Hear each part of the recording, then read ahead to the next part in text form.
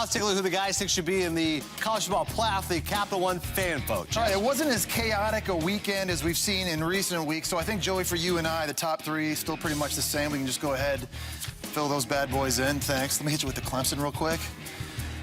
And then we've got Notre Dame at 3. Okay, so, but I know Texas did go down. That was a team last week you had in your top 5, so how does it shake it up for you?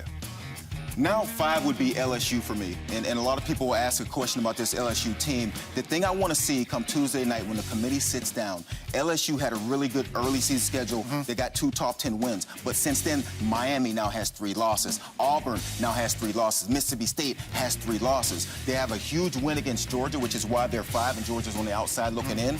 But the question mark will be, what does the committee do with their resume? Yeah, I've got Michigan at number 5 right now, and a much improved team since their week 1 loss against Notre Dame. Certainly a very good loss. They had impressive wins the last couple of weeks against Wisconsin and Michigan State, but both of those teams lost this past weekend. So I think that kind of hurt their resume a little bit, but no doubt they're talented enough to win the Big Ten and reach the playoff. I've got them at 5.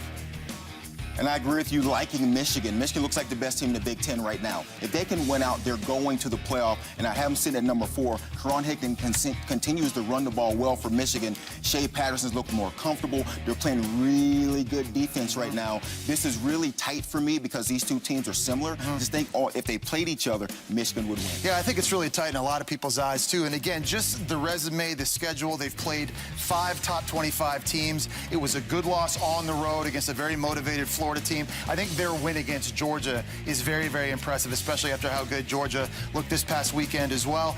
Upcoming weekend, we've got potential more chaos brewing. You've got Bama playing LSU. All this doesn't matter. No, I mean, this is all good to change. Wait till next Saturday, this will all change. Kentucky's playing Georgia. UCF's got a good Temple team coming up on Thursday. Michigan and Penn State, Adnan, more chaos to come, Don't get upset about this. It'll change, all right? All right, fellas, well done. You're right about the fact it's the game of the year in Baton Rouge.